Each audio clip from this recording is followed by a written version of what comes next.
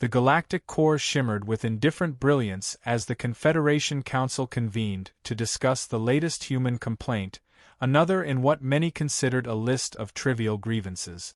Earth, still a newcomer to the Council, lacked the prestige and leverage of older races. The humans, passionate and unpredictable, often found themselves on the margins.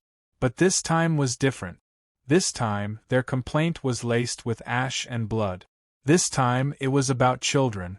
An orphanage on Earth, home to the lost and broken from 5 different species, had been bombed into vapor.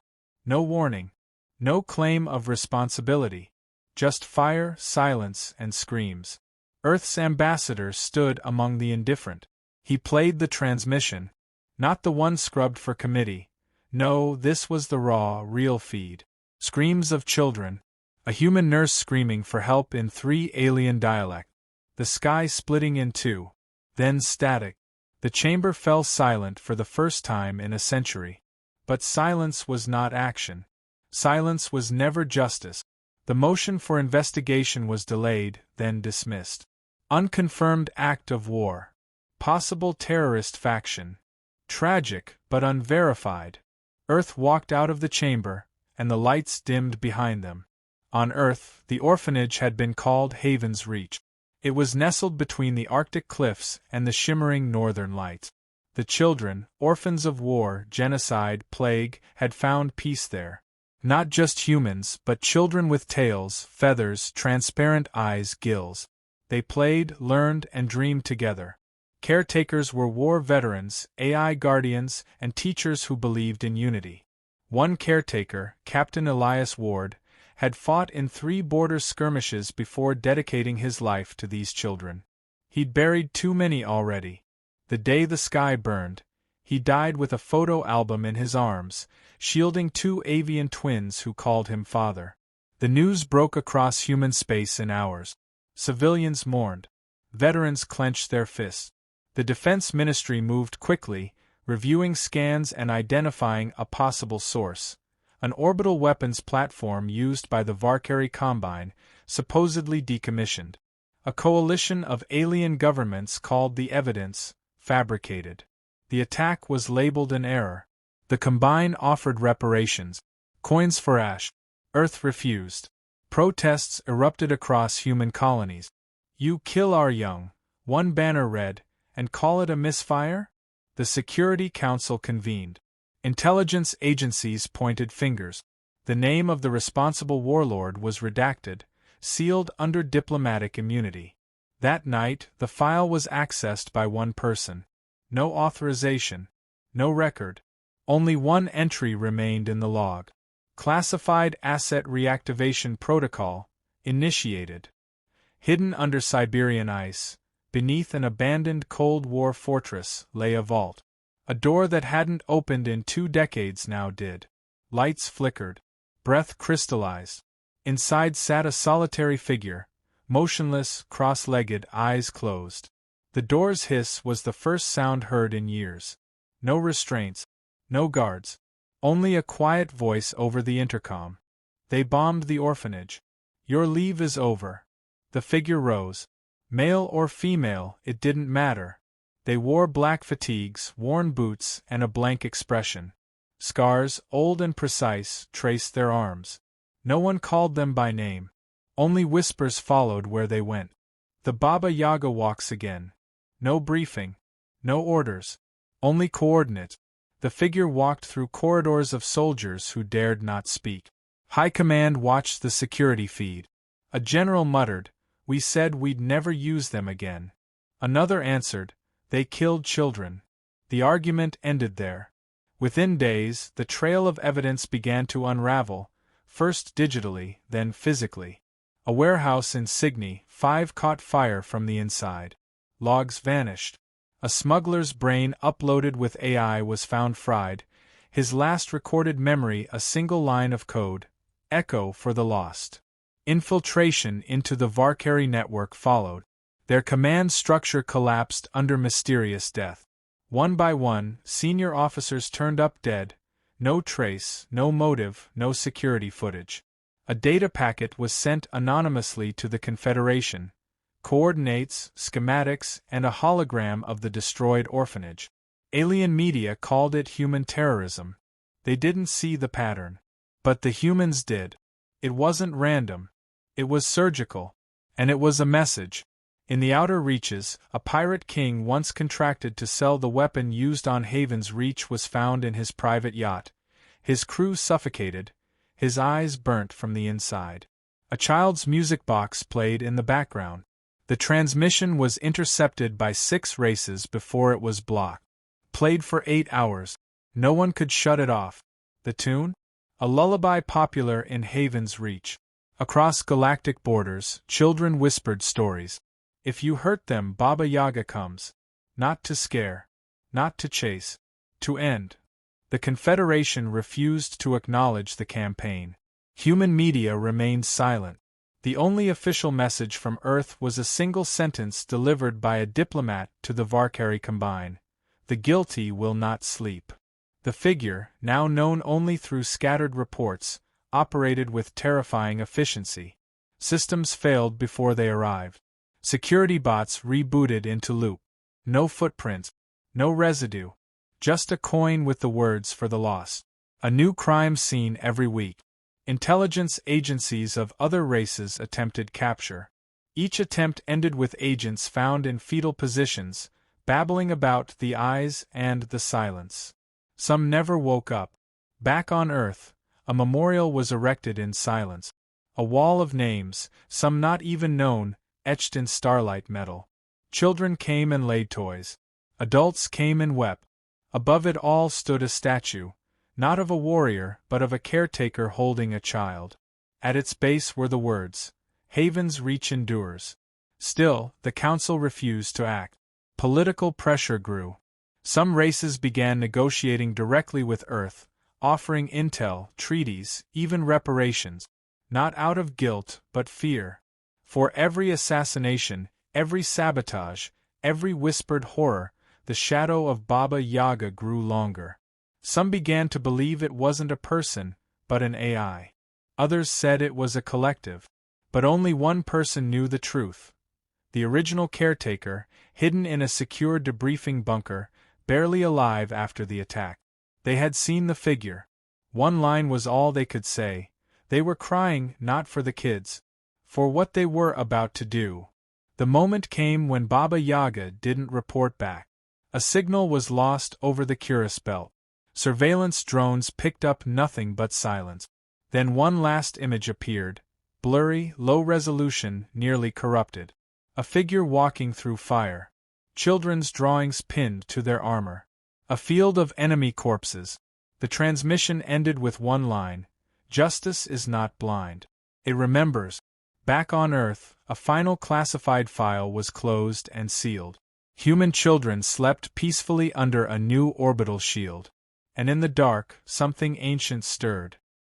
The Varkari Combine met in secret chambers carved from obsidian and powered by core fusion. Their council had not convened in emergency session for over a century. This time, no diplomacy buffered their fear. Their admirals, assassins, and warlords were being hunted. Not by armies. Not by bombs. By silence. Entire command ships found empty, drifting through asteroid belts with only blood on the walls. Their enemies weren't just dying, they were being erased. Whole data cores gone. Historical records rewritten. The Combine, for all its posturing, had no answers. They built weapons of mass annihilation, but none worked when they needed them. They relied on spies, but even their double agents were discovered and sent back, dead, and with their own teeth embedded in their palms.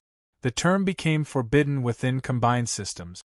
Saying it aloud drew surveillance. Believing it too openly got you reassigned. But fear had a way of leaking. Mid-level officers began deserting. Mercenaries fled to fringe planets. Even loyalists whispered that they'd awakened something older than vengeance. Prophets called it a reckoning.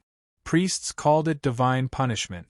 One admiral called it the soul of human wrath. But none of them had seen it, only the aftermath. Baba Yaga was not the storm. It was the eye within it. The silence before systems fell. the quiet between one breath and a bloodletting. In sector after sector, fringe stations aligned with the Combine began going dark. Not destroyed, empty. No battle, no resistance. Just void. The only clue left behind? Childhood artifacts arranged with precision. A doll facing a viewscreen. A schoolbook opened to a lesson on trust. A holographic recording of laughter playing on loop. Always just long enough to be recognized. Always just long enough to haunt. The Confederation intelligence wing attempted to predict patterns. They failed. Their most advanced precognitive AI short-circuited during the process. It uttered one word before crashing, home. It was analyzed frame by frame. Not a location. A memory. The AI tried to map grief. On the far side of the Orion Trench, a hidden Combine research lab working on hybrid warfare was discovered, burned from the inside out. Its test subjects freed. Every scientist dead. The logs recovered showed that human children's DNA had been cloned and fused with neural implants, designed to be perfect child soldiers. The files ended abruptly, but the last image was of a figure in black, holding the hand of one of the failed test subjects. The child was smiling. Earth denied involvement. Publicly. But internally, they doubled security around orphan facilities across the colonies. A new doctrine was circulated in classified channels. When justice is denied, fear becomes the courier of consequence. For every government that turned a blind eye to Haven's reach, Baba Yaga made them look into their own shadows. In the Helix Drift, an elite mercenary group called the Voidborn accepted a contract to hunt Baba Yaga. They were known for precision, efficiency, cruelty. Within 1 week, their entire cruiser was found embedded into a glacier on a planet with no atmosphere. No heat signature. No evidence of violence.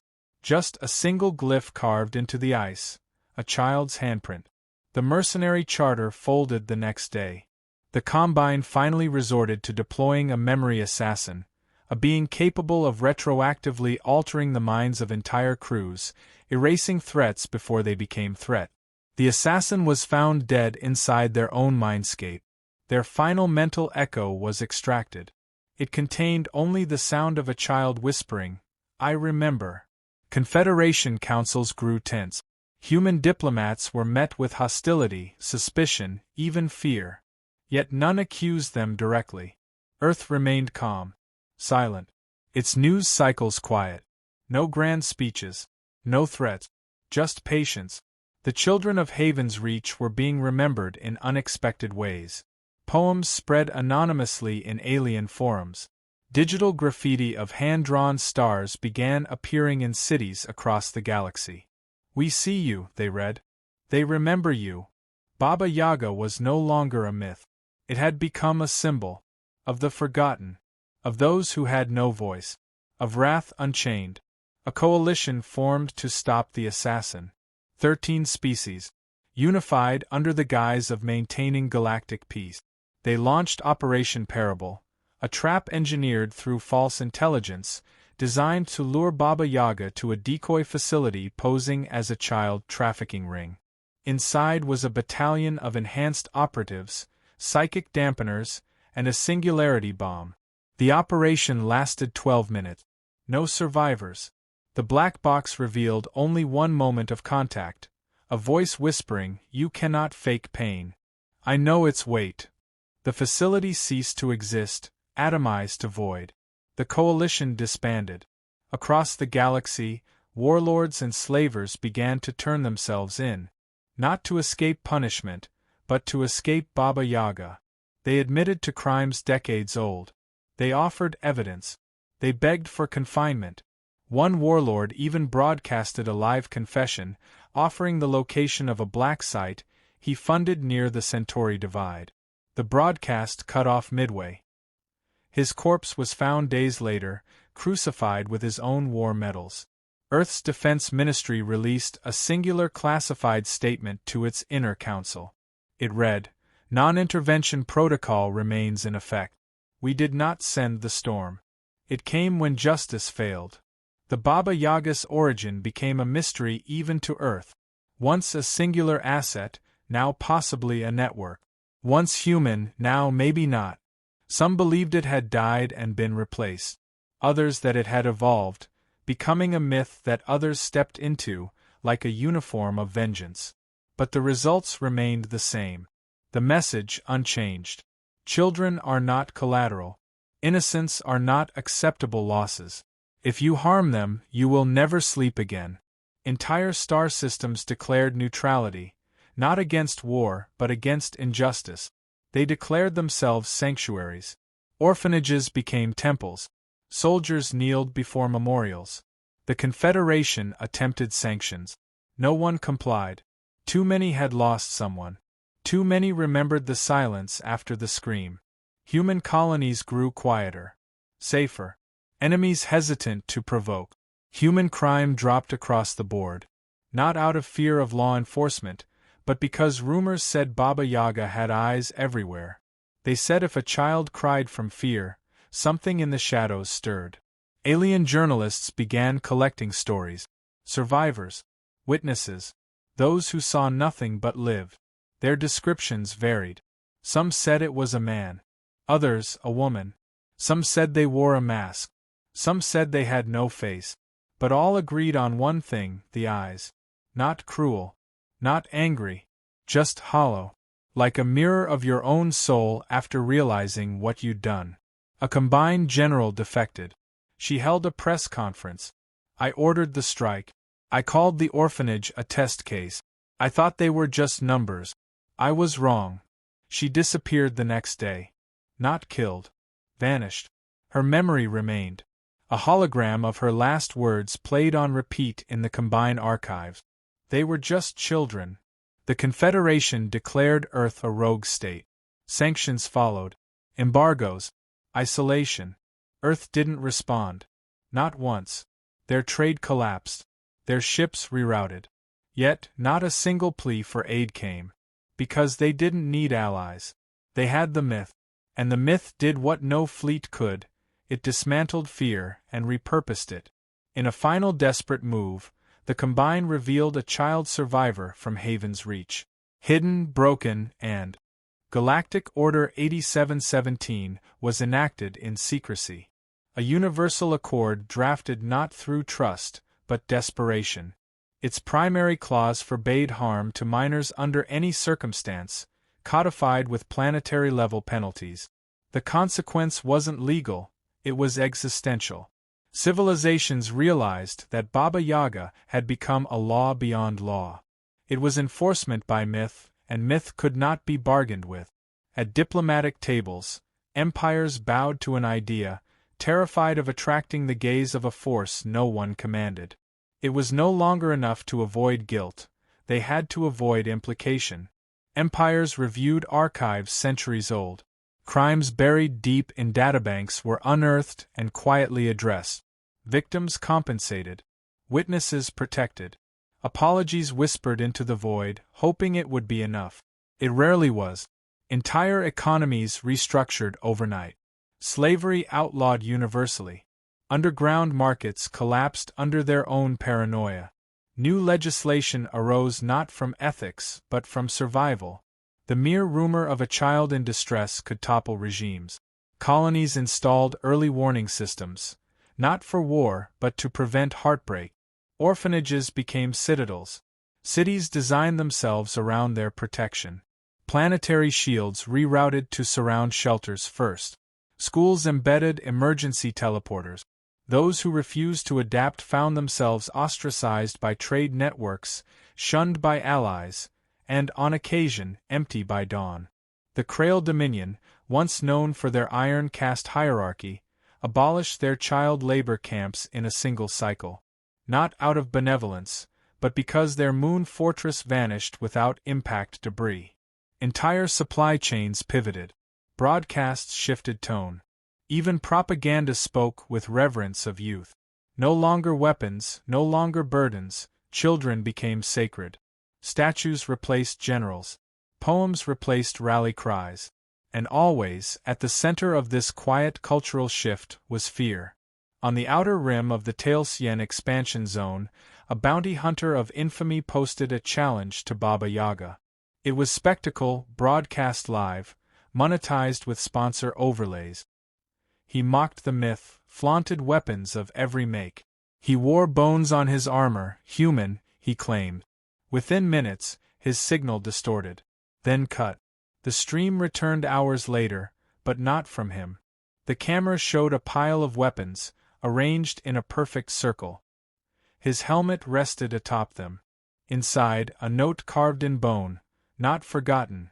Afterward, galactic networks debated whether to censor the footage. They didn't. Views spiked. Donations to war orphan funds surged. And yet, not one dared speak the name. Baba Yaga wasn't a title anymore. It was a sentence, a verdict passed by memory itself. A new phenomenon emerged. Civilians voluntarily recorded testimonies of old crimes, childhood injustices they witnessed but didn't stop. These records were uploaded anonymously. Atonement, they called it. A confession to the stars. The act of remembrance became a ritual. Shrines appeared in ships and settlements. Symbols of a swing, a stuffed animal, a constellation drawn in chalk. Small tokens, but powerful. Each one a vow. On Sharon Prime, a civil war ended when both sides realized their orphanages were being targeted by unknown forces.